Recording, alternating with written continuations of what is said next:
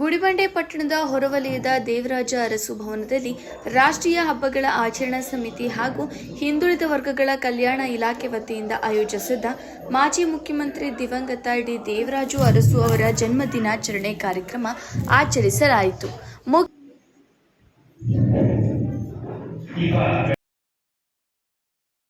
ಭಾಷಣಕಾರರಾಗಿ new vision English ಶಾಲೆಯ ಮುಖ್ಯಸ್ಥೆ ಪರಿಮಳರವರು ಮಾತನಾಡಿ, ಮಹನೀಯರ ಜಯಂತಿಯನ್ನು ಆಚರಿಸುವುದಷ್ಟೇ ಸಾಲದು, ಅವರು ತೋರಿದ ಆದರ್ಶಗಳು ಹಾಗೂ ಸಮಾಜಮುಖಿ ಚಿಂತನೆಗಳನ್ನು ಜೀವನದಲ್ಲಿ ಅಳವಡಿಸಿಕೊಂಡಾಗ ಮಾತ್ರ ಜಯಂತಿ ಆಚರಣೆ ನಿಜವಾದ ಅರ್ಥ ದೊರೆಯುತ್ತದೆ.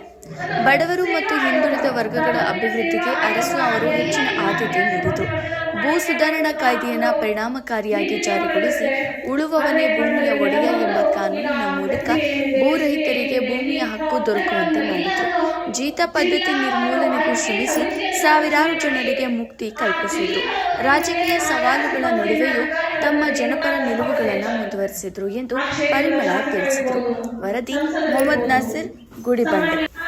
ಉದ್ಯೋಗ ಅವಕಾಶಗಳನ್ನ, ಸಮಾಜದಲ್ಲಿ ಸ್ಥಾನಮಾನ, ಗೌರವಗಳನ್ನ ಇತರ ಎಲ್ಲ ವರ್ಗಗಳ ಆಗ ಕನಿಷ್ಠ ಪಕ್ಷ ಇತರೆ ಜನಾಂಗದವರಿಗೂ ಸಹ ಅಲ್ಪಸಂಖ್ಯಾತರು ಸೇರಿದಂತೆ, ಯಾಕೆಂದ್ರೆ ಅವರಿಗೆ ಸಹ ಉನ್ನತ ವ್ಯಾಸಂಗವನ್ನು ಮಾಡಬೇಕಂತ ಶೇಕಡಾವಾರು ನಿಗದಿಪಡಿಸ್ತಾರೆ.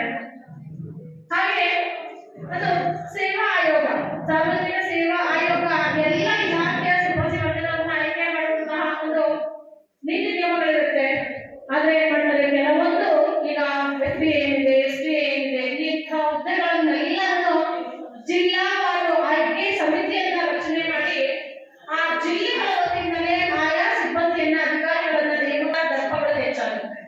ಆ ಕ್ಷೇತ್ರದ ಶಾಸಕರಿರ್ಬೋದು, ಸಂಸದರಿರ್ಬೋದು, ಸಾಮಾನ್ಯ ನಾಯಕರು ಇರ್ಬೋದು, ಇವರಿಗೆ ಮಡಿದು ಇರಬೇಕಾದಂತಹ ಪರಿಸ್ಥಿತಿ ಅಧಿಕಾರಿಗಳಿಗೆ ಬರುತ್ತೆ. ಆ ಅಧಿಕಾರಿಗಳಿಗೆ ಸ್ಥಳೀಯವಾಗಿ ಅಧಿಕಾರಿ ಇರೋದ್ರಿಂದ ಏನ್ ಮಾಡ್ತಾರೆ, ಇತರೆ ವರ್ಗಗಳಿಗೆ ಕಿರುಕುಳ ಕೊಡೋದಕ್ಕೆ ಸ್ಟಾರ್ಟ್ ಮಾಡ್ತಾರೆ.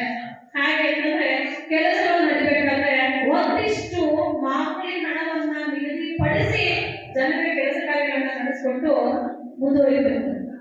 ಇಂತಹ ಅವಳಿಗಳನ್ನ ತಪ್ಪಿಸೋದಕ್ಕೆ ಅಲ್ಲೂ ಸಹ ಕಡಿವಾಣಗಳನ್ನ ಹಾಕ್ತಾರೆ. ಯಾವುದೇ ರೀತಿ ಅವ್ಯವಹಾರಗಳು ನಡೆಯಬಾರದು ಅಂತ ಎಚ್ಚರಿಕೆ ಕ್ರಮಗಳನ್ನ ಕೈಗೊಳ್ತಾರೆ. ವಿದ್ಯಾಲಯಗಳು, ವಿದ್ಯಾರ್ಥಿನಿಯರು, ಸ್ಕಾಲರ್ಶಿಪ್ಸ್ ಮತ್ತೆ ಈ ಹಿಂದಿನ ಮೀಸಲಾತಿ ಅಂತ ಏನಿದೆ, ಹಿಂದುಳಿದ ವರ್ಗಗಳಿಗೆ ಮೀಸಲಾತಿ ಇಂತಹ ಒಂದು ದೊಡ್ಡ ವ್ಯವಸ್ಥೆಯನ್ನ ಸಹ ತರೋದ್ರ ಜೊತೆಗೆ ನಮಗೆ ಇನ್ನೊಂದು ಕೊಡುಗೆಯನ್ನು ಕೊಟ್ಟಿದ್ದಾರೆ. 1973ರಲ್ಲಿ ಮೈಸೂರು ರಾಜ್ಯವೆಂದೇ ಕರೆಯಲ್ಪಡ್ತಾ ಇದ್ದಂತಹ ನಮ್ಮ ಕರ್ನಾಟಕ ಅಂತ ಹೇಳ್ಬಿಟ್ಟು ಮರುನಾಮಕರಣವಾಗಿ ಇಡೀ ವಿಶ್ವಕ್ಕೆ ಹೆಸರುವಾಸಿಯಾದಂತಹ ರಾಜ್ಯವಾಗಿ ಇಂದಿಗೂ ಸಹ ಬೆಳಗ್ತಾ ಇದೆ. ಅದಷ್ಟೇ ಅಲ್ಲ, ಇವತ್ತು ಎಲೆಕ್ಟ್ರಾನಿಕ್ ಸಿಟಿ ಅಥವಾ ಸಿಲಿಕಾನ್ ಸಿಟಿ ಅಂತ ಏನ್ ಕರಿತೀವಿ ಬೆಂಗಳೂರು, ಆ ಸಿಲಿಕಾನ್ ಸಿಟಿಯ ಎಲೆಕ್ಟ್ರಾನಿಕ್ ಸಿಟಿ ಇಂಡಸ್ಟ್ರಿ ಏರಿಯಾ ಏನಿದೆ, ಆ ಎಲೆಕ್ಟ್ರಾನಿಕ್ ಸಿಟಿಯ ನಿರ್ಮಾಣಕ್ಕೂ ಅದಕ್ಕೆ ಕೈ ಹಾಕೋದಕ್ಕೆ ಸುಮಾರು ಹಿರಿಯ ರಾಜಕೀಯ ನಾಯಕರೆಲ್ಲ ಹೆದರ್ಕೊಳ್ತಾ ಇರ್ತಾರೆ. ಆದ್ರೆ ದೇವರಾಜ ಅರಸರವರು ಧೈರ್ಯ ಮಾಡಿ ಮುಂದೆ ನುಗ್ಗಿ ಅದನ್ನು ಕಾರ್ಖಾನೆಗಳ ನಗರವಾಗಿ ಮಾಡಬೇಕು, ಉದ್ಯೋಗಗಳ ಸೃಷ್ಟಿಯನ್ನ ಮಾಡಬೇಕು, ನಿರುದ್ಯೋಗವನ್ನು ಸ್ವಲ್ಪ ಮಟ್ಟಿಗೆ ಸುಧಾರಿಸಬೇಕು ಅನ್ನೋ ಮಹದಾಸೆಯಿಂದ ಎಲೆಕ್ಟ್ರಾನಿಕ್ ಸಿಟಿಯ ಒಂದು ನಿರ್ಮಾಣ ದೇವರಾಜ ಅರಸರವರನ್ನ ನಾವು ಎಷ್ಟು ನೆನೆಸಿದ್ರು ಸಾಲದು. ಆದ್ರೆ ಅವರಿಗೆ ನಿಜವಾಗ್ಲೂ ನಾವು ಗೌರವ ಗಮನ ಸಲ್ಲಿಸಬೇಕಾದ್ರು. ಒಂದೇ ಸಲ ನಮಗೆ ಅವರು ಏನೆಲ್ಲ ಸೌಕರ್ಯಗಳು ಕೊಟ್ಟಿದ್ದಾರೆ, ಅವುಗಳನ್ನ ಸರಿಯಾದ ರೀತಿಯಲ್ಲಿ ಉಪಯೋಗಿಸಿಕೊಂಡು ನಮ್ಮ ಏಳಿಗೆ ಅಭಿವೃದ್ಧಿಯನ್ನ ಸಾಧಿಸಿಕೊಂಡಲ್ಲಿ ಮಾತ್ರ ಸಾಧ್ಯ.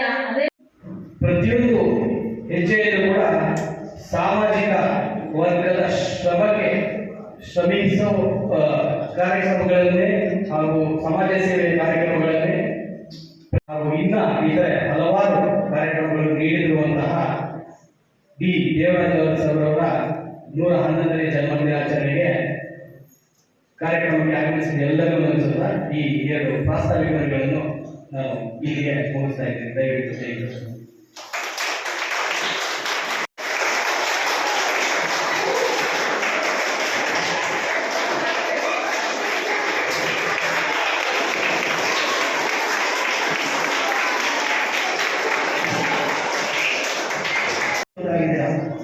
ನಾವು ಓದುವಾಗ ನಮ್ಮ ಹಾಸ್ಟೆಲ್ ಸರ್ ನಾವು ಬಂದು ನಮಗೆ ಸೀಟ್ ಕೊಡಿ ಸರ್ ಅಂದಾಗ ನಿಮಗೆ ಸೀಟ್ ಸಿಗಲ್ಲ, ನೀವು ಕೊಡಲ್ಲ ಅಂತ ಹೇಳಿ ಹೇಳ್ತಾ ಇದ್ರು.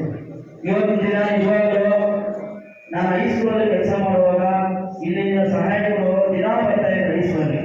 ಸರ್ ಮಕ್ಕಳು ಸೇರಿಸಿ ಸರ್ ಹಾಸ್ಟೆಲ್ಗೆ ಮಕ್ಕಳು ಸೇರಿಸಿ ಸರ್ ಅಂತ ಪಾಪ ನಿಜವಾಗ್ಲೂ ನಮ್ಮ ಇಲಾಖೆ ಅಲ್ಪಸಂಖ್ಯಾತರಿಗೆ ಎಲ್ಲರಿಗೂ ಒಂದು ಅವಕಾಶ ಒಂದು ಬದುಕೋಕ್ಕೆ ಒಂದು ಮಾರ್ಗದರ್ಶನ ಕೊಟ್ಟಿರುವಂತ ನಮ್ಮ ದಿವಂಗತ ದೇವರಾಜ ನಾವು ನೆನೆಸ್ಕೊಂಡ ಅವ್ರನ್ನ ಕುಟುಂಬ ನಮಸ್ಕಾರ ಮಾಡುತ್ತಾ ಏನು ಇವತ್ತು ಈ ವೇದಿಕೆ ಮೇಲೆ ನಾನು ನಿಂತ್ಕೊಂಡು ಅವರ ಬಗ್ಗೆ ಆಗಲಿ ನಿಮ್ಮನ್ನು ಉದ್ದೇಶಿಸಿ ಮಾತಾಡಬೇಕಾದ್ರೆ ಅವ್ರು ಕೊಡುವಂತ ಕಾಡಿದೆ ಅವರು ತೋರಿಸಿರುವಂತಹ ಮಾರ್ಗದರ್ಶನ ಮಾಡಿರುವಂತ ಕಾನೂನು ಒಂದು ಅಡಿಯಲ್ಲಿ ನಾನು ನಿಮ್ಮ ಮುಂದೆ ಇವತ್ತು ಒಬ್ಬ ಅಲ್ಪಸಂಖ್ಯಾತನಾಗಿ ಅವ್ರ ಬಗ್ಗೆ ಮಾತಾಡೋಕ್ಕೆ ಅವಕಾಶ ಕೊಟ್ಟಂತ ಅವರ ಮಾನ್ಯ ದೇವರಾಜ ಇವು ಒಂದೇ ಕೆಲಸ ಎಲ್ಲ ಮಾಡಿರೋದು ಇವು ಮಾಡಿರೋದು ಒಂದೊಂದು ಕೆಲಸ ಇವತ್ತು ಏನು ಮಕ್ಕಳು ದೇವರಾಜ ವಸತಿ ಶಾಲೆ ಅಂತ ಏನು ಮಾಡಿದ್ದಾರೆ ಈ ಒಂದು ಕಾರ್ಯಕ್ರಮದಲ್ಲಿ ವೇದಿಕೆ ಮೇಲೆ ಆಸೀನರಾದಂತ